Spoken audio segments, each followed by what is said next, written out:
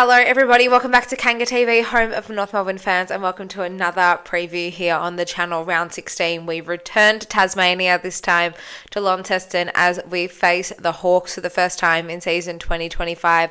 Wasn't a happy hunting ground last time we went down to Launceston, on the receiving end of a 124-point hiding in the final round of season 2024. It's going to be a very interesting test once again this week to see just where we're at and how far we have come since the end of August last year.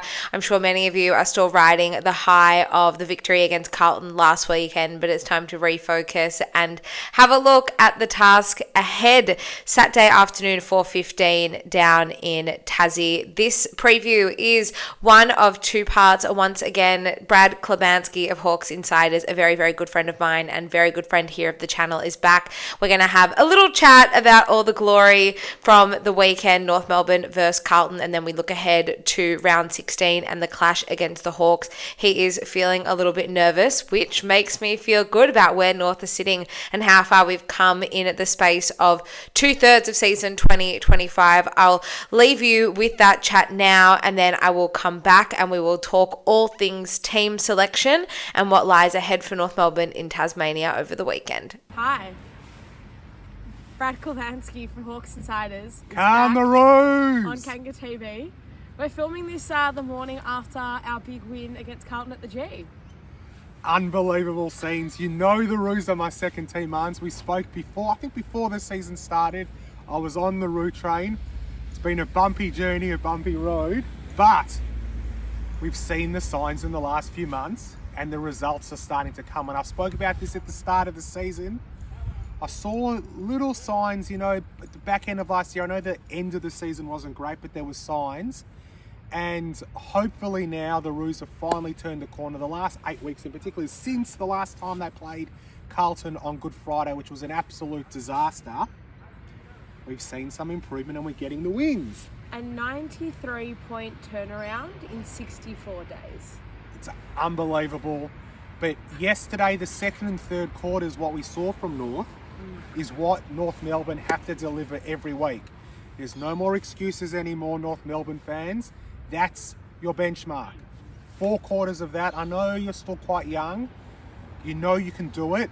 So start doing it consistently, please. Not this week against Hawthorn, my team, but start doing it. Give me some of your favourite pieces of play. Give me some of your favourite players from North. We're obviously big Harry Sheasel fans and Tristan Cherry fans. Yes. I actually thought X was probably the only one who was slightly down yesterday, and that's saying something because he has been, for the most part this season, leading the way once again. Absolutely. I thought Mark Pittenay did an excellent job. He neutralised Cherry. He was definitely one of Cherry's... He was still serviceable. He still had a decent game, but I thought against Pittenay, he lowered his colours. He was able to beat De Koning easily, which was really good because I think De Koning had a pretty strong game against him last time they played. Yeah, he did. I love Toby Pink. I mentioned during the game, I put out a tweet, I think it was halfway through the third quarter. I think Toby, the wingman Dylan Stevens, who came across from Sydney, had a really, was quite disappointing since coming to the club. But I think Pink and Stevens and Constanti as well, his numbers don't look good on paper, but I thought he was unbelievable. His pressure in the forward 50, and that's why Clarko loves those type of players. He's hard, he tackles hard, but he's able to release Curtis and Zerha. So you've got that 3-prong attack. Larky's obviously the number 1 key forward, but I think he's been impressive. Those 3 in particular, Pink, Amazing. In the last 5 weeks, I think he's played on Tom Lynch, Oscar Allen, Tracy from Fremantle, who's really good young key forward, and Charlie Kerner yesterday. And I think combined they might have kicked 1 or 2 goals against him. He's been an All-Australian. All-Australian. Do you seriously think he could be in the discussion for No, Australia? he won't be because of, I guess, the club he plays for, unfortunately. We know last year I said Harry and Sherry got robbed last year for All-Australian. I think Paul Curtis probably would have been in discussions before his suspension. I think he can still get there. He can potentially get over Higgins from St Kilda. There'll only probably be 1 small forward. Jamie Elliott will get the 1 spot, but I think he's more of a 3rd forward. But the Curtis and Zerha combination at the moment is absolutely flying. think they've kicked 51 goals between them. Correct me if I'm wrong. Larky's kicked 28 as well. So that three-pronged forward attack is really dangerous. North do need more goals from their midfielders. We've seen Harry change roles in the last probably 3 or 4 weeks, which has been really good. Kicked a nice goal yesterday. But LDU needs to kick more goals. I've liked the move of Parker as well. That's another one. Luke Parker, I think, had 27, 28 touches yesterday.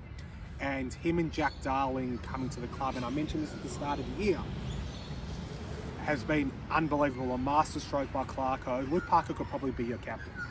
Yeah. He's been that good this year. He's been leading from the front. Darling, whilst his numbers aren't massive, great chase down tackle yesterday. Does that most weeks. We're a big Jack Darling I know you love Jack. But overall, one more one I just want to touch on, which I think's been a great move by Clarkson.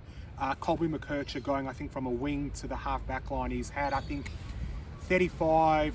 I think he had 30 yesterday. I think he had 27 against Freo in the wet. His disposal is not great. He needs to work on that, but he's getting his hands on the ball. His run and drive from the half back line has changed things a lot. He kicked 2 goals yesterday. 2 really important goals and great goals. But I think that move's been really good. I've loved Hardiman coming into the team. Darcy Tucker went out. I think Hardiman's been good. Hanson Jr., who was the sub last week, came on and played a great role in the last quarter. But yesterday got the start. Didn't get a lot of the ball, but he's shown really good signs. So the quality's there. We just need consistency, North Melbourne. But that was an unbelievable win. 4.5 wins. North could easily have 7 or 8 wins by now. They should. Well, that's what I was going to ask you. Last question before we move on to Hawthorn. We are now 4.5 wins with 9 games in hand. How many more wins do you think realistically North could chalk up before the end of the season? I think at least 3. I think the pass mark would be to end the season on 7.5. He only won 3 games last year. But in saying that, as I said at the start of the year, the signs were there. I thought North would win 7 or 8 games. I had them winning 7 or 8 games. Still finishing in the bottom 4 because it's a tight competition. Only a few years ago, Hawthorn won 7 games and finished 15th in the bottom 4. And I thought North Melbourne were going to be like that this year. The pass mark needs to be at least 3 more wins. If you don't win at least 3 more games, I haven't even looked at North's fixture, that's a fail because the way you're playing at the moment, like I said, you should already be on 7.5, 8 wins now. So it'd be great if North Melbourne can get out of the bottom 4 because I think it's 5 years in a row North have been in the bottom 2, I think it is. So you need to start getting out of there. But it'd be good to get some momentum heading into 2026. Those younger players still getting more games into them. So it's great. I'm glad. Well done, North fans. Well done to those that stuck through. Number 1 supporter here. Great to see. I think there was 57,000 there yesterday. A lot of North supporters. Crowd, yeah. Great crowd for North Melbourne. That would have been one of their biggest crowds in a long time. Good to be back on the MCG playing Carlton where it's been a long, long time. So let's hope the momentum continues. Not this week. Have a week off this week. Don't care if North go back to their old ways against my team. But the 100-year celebration against the Bulldogs on the Thursday night after next week. Get to the game, North Melbourne fans. Got to pack the joint. Pack the joint up. It's going to be a hard game, but Toby Pink's probably going to have to play on Sam Darcy, so that's going to be interesting. I don't know if Coleman's going to be all right. He looked really sore. I think he probably needs surgery. I can't see him playing against Hawthorn this week. Unbelievable effort on to be able to play that game yesterday and help out, but he was really sore. He came off in the last quarter. That'd be my only. I think he probably needs surgery. It's just whether or not he can work through it. I think, did he have shoulder surgery? He broke his scapula. I think he came back really early. Brave effort, but he'll be a big loss because I think having him there really helps Toby Pink. I think so too, but I do think that there are options, which is nice. I feel like for the first time in a long time, we actually have a bit of depth. Yeah, there's some depth. There's Will Dawson, there's Dawson and a couple of others, but I still think you need, like, Cobbin and Pink is a decent combination down back. I think Luke McDonald's the other one that needs a lot of credit. He's a malign player amongst North Melbourne fans. You know, he's captain of the club. Being captain of the club, he's been captain of the club, but he copped a lot of shtick from a lot of North Melbourne supporters over the last few years.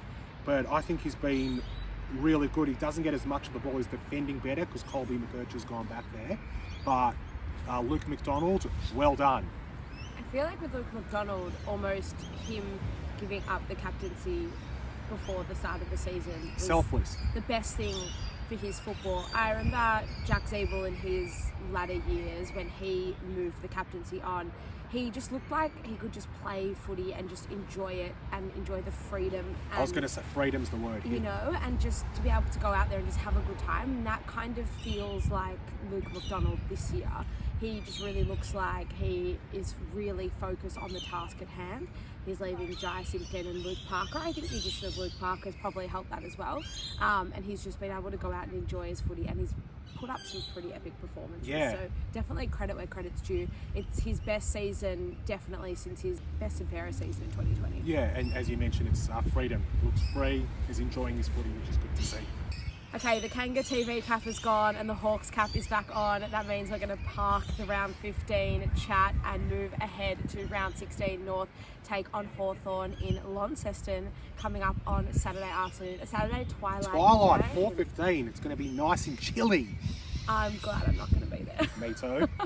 Hawks coming off the bye. They've had a really interesting year, the Hawks. I think we've seen some of their brilliant best from last season, but we've also seen just some absolute capitulations at times this season. How are you feeling heading into this game and reflecting on the Hawks season as a whole so far? I'm not going to lie, Marnes. I'm nervous. Good. We've seen teams come off the bye this season. In the last few years, they struggle. And the way North Melbourne played in the second and third quarter against Carlton, if they bring that heat in the first quarter against Hawthorn, this is going to be a very, very close game. Hawthorn this season, whilst 9-5, which is unbelievable, have not played nearly as well as they did last season. They've had a few lucky wins.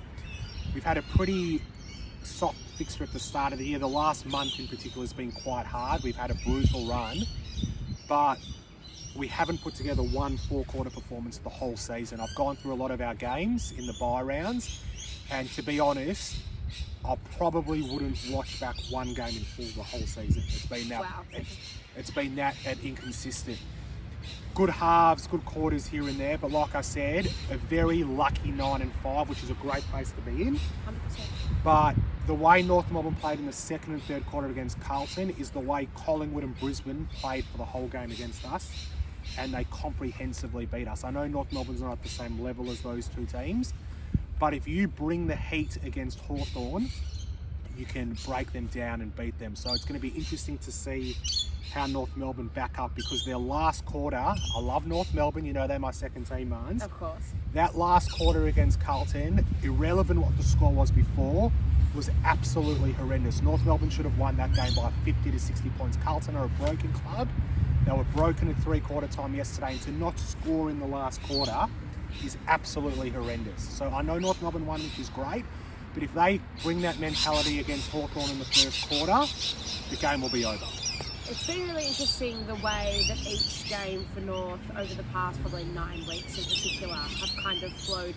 We've had a couple of quarters of real dominance, and then a couple of quarters where we've sort of gone back into our shell a little bit.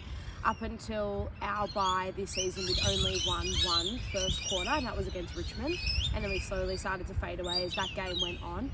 After the bye, both of our games over in WA, we actually won the first quarters. And we were able to sort of keep it a bit of an even ledger against the Blues yesterday. I think that was probably helped a lot by Carlton's inability to actually find the goals. They were like 2 goals 6 or 2 goals 7 by half time or something like that. So we probably got a little bit lucky there. But then on the flip side, we were able to capitalise on our opportunities in front of goal. North is actually in the top 4 in the competition for efficiency when going inside 50. The problem is actually getting the ball inside the forward 50. We can dominate the clearance at time, and we really can maintain possession in the middle of the ground, but it's executing the ball into the forward 50 where we often break down, or it's one too many handballs when we're trying to clear the ball out of the middle of the ground and the ball gets turned over, or it's one too many handballs inside the forward 50 and we just can't finish the job. It's almost like we don't have enough leaders and enough people who actually want to take ownership and take responsibility to put the icing on the cake. And I hope that that is something we can learn to develop in time, and it's something that we can learn to grow and something that we can really try and harness, because I think we're going to need to take every opportunity we can against the Hawks. Absolutely. I think Carlton won the inside 50s yesterday. As you said, North probably, I think you had a lot more inside 50s than Freo the week before when you should have won that game. But it is a fair comment. I think, as I mentioned, Parker and Darling and those type of experienced players have come in, which definitely helps. But I think that'll come once this group of players start to play, more games together, which they are starting to. Clarko was big on that at Hawthorn, finding a group of players in a unit of players to play and come through at the same time, and I think that's what he's doing at the moment. I think North Melbourne's team yesterday, correct me if I'm wrong, your injury list is probably one of the best in the AFL at the moment. Yeah, we don't have too many. I don't think out of our best 23. Who really from your best 23 was missing yesterday? Jackson Archer is probably the only one. He's injured, and I believe he actually might have re-injured his hamstring in the VFL yesterday. He's had a rough year. So that's definitely one to watch. But he'd be the only one that would be a walk-up in this 23. Correct. So at the moment now, this is the unit that Clarko sees as, potentially the team that is going to make the finals in a few years. Like, you've hit the draft hard in the last few years. You still have a few holes in your list, but the key unit of, probably 10 to 14 young players are all there at the moment.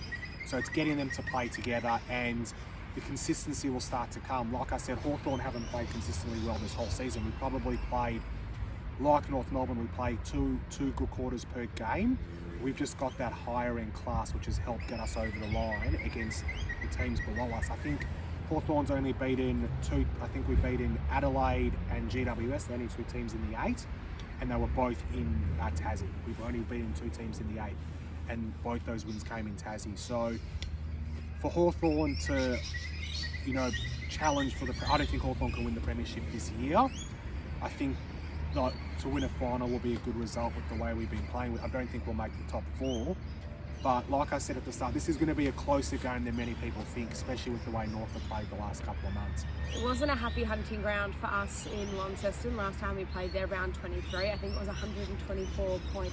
I think North were already on their end of season holiday. Yeah, it was two massive beltings in the last 2 rounds of actually round 24, played Hawthorn the last game of last year. Pouring with rain, and I think Hawthorn kicked about 160 points.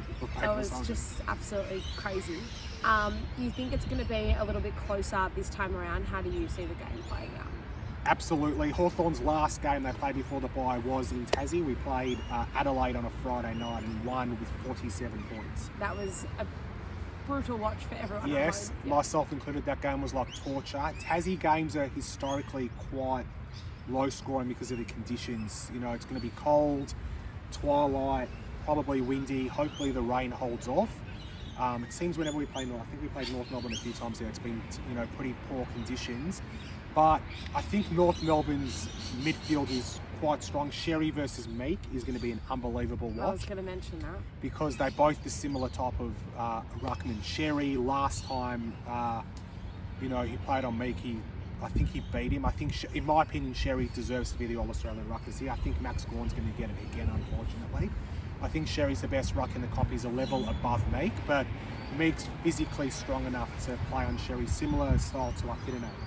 Yes, when North Melbourne played against Carlton. Hawthorn's small forwards may give North Melbourne's defenders a bit of trouble. Nick Watson hasn't kicked a goal in 3 weeks. In 3 games, he's due. Dylan Moore, who's been filling in as James Sicily's captain, has got back to better form. Connor McDonald, Jack Ginnivan's probably been our best, most consistent forward the last month or so. And then Jack Gunston, who's kicked 28 goals this year, same as Larky. Benjamin Button. He's been unbelievable. Yeah, he's been Hawthorn's, probably most consistent forward. Marbia Chol, I think, has kicked 24 or 25 goals. He's had a pretty good season as well. So, to be honest, on paper, North Melbourne's team is, I wouldn't say it's better than Hawthorn's. Hawthorn's got probably a bit more experience. Their top-end class is probably, a bit better than North Melbourne's, but this is going to be a really close game. I think Hawthorn will win this game because it's at their home ground, but I don't think Hawthorn will win this game by more than 2 or 3 goals. So, yeah, midfield battle is going to be an absolute key. LDU is the one that I think really needs to step up for North Melbourne. He signed that massive contract a couple of months ago. His last few weeks has been better. He's had patches, but he needs to really lift his game. You know, John Newcomb's the one from Hawthorn. You know, him and John Newcomb might be matched up on against each other. James Warple will come back. He's missed, the last game for Hawthorn. Is an important player in our midfield, but Will Day's not there, who's Hawthorn's best player, who's a big loss, has been a massive loss for Hawthorn this season. He went out, I think, round 2 or 3, and our midfield's really struggled without him. So this is a good opportunity for North Melbourne to come down to Tassie, Hawthorn's fortress, and back up what they produced last game against Carlton. I think it's going to be interesting. I think like the game against Carlton in round 15 was a bit of a reflection point and a bit of a review of how far we've come since Good Friday. I think this game is going to be really interesting to see how far we've come since the end of last season as well, because we haven't played Hawthorn yet this year. And the first time Hawthorn and North played each other in 2024, both sides were 0-5, and Hawthorn just came out and wiped the floor with us. So, that was a marvel. Yeah, so I think it's going to be really interesting to see again where we're at now compared to where we were, 10 months ago or something like that. And with 10 months is a long time in footy. Yeah, absolutely. And that's what, like, North Melbourne have got no excuses this week. Had a great win against Carlton, but to take the next step to become a respected team, you've got to back it up. And you have been doing that in the last couple of months. The wins haven't necessarily been there. But, this is against a team that many thought would be in the top 4 to 6 this season. Hawthorn have bullied North Melbourne the last couple of years. And as I said, North's got a strong team on paper. Hawthorn still have a few key players out. James Sicily, I think, will return. He trained on Saturday morning, and Bowl reports trained pretty well. As I said, James Warple will come back. So other than Will Day, who's Hawthorn's best player, Mitch Lewis is a key forward. He's coming back from an ACL. He'll play in the VFL this week. But Hawthorn's also on paper. This will probably be one of our strongest sides of the whole season as well. So fascinating match. Going to be, a great match to watch. Let's hope it's going to be a good game. A final tip, margin? I'm going to go Hawthorn by 14 points. But in all honesty, North fans, Kanga TV fans, it would not surprise me one bit if North Melbourne played like they did against Carlton in the second and third quarter, if North Melbourne win this game. We spoke about it off the top. Hawthorn coming off the bye. They need to be switched on from the opening bounce because North aren't the North from last year. So let's hope my team come out prepared, willing to play, because against Adelaide 2 weeks ago, shocking start. They were just lucky that Adelaide didn't kick straight, and we've seen it a lot this year.